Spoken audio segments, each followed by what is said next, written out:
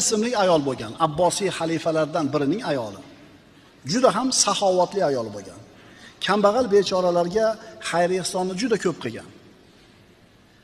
Ana shu saxovatli ayol yuradigan ko'chaga ko'zi ko'r bo'lgan ikkita odam o'tirib oldi.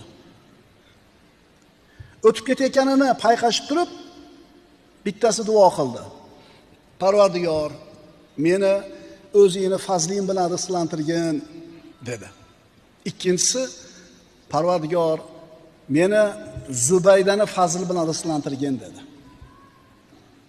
Haligi ayol eshitdi duosini ikkalasini, ketdi. Bordida Parvardigor o'zingni fazling bilan meni rizqlantirgin degan odamga 2 dirham sadaqa qildi. Meni Zubaydani fazl bilan rizqlantirgin deganga bitta tovuqni pishirib, butun tovuqni ichiga 10 dinor solib jo'natdi. Olib kelib berishdi. Parvardigor meni o'zingni fazling bilan rizqlantir deganga 2 dirham tegdi. Meni Zubaydani fazl bilan rizqlantir deganga 10 dinor tegdi.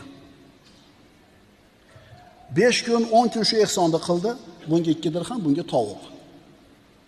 Shu 10 kun o'tgandan keyin kelib, haligi Zubayda ikkala odam oldiga kelib, haligi har kuni tovuq olgan odamga qarab turib, bizni fazlimiz seni ancha boy badalat qilib qo'ydimi?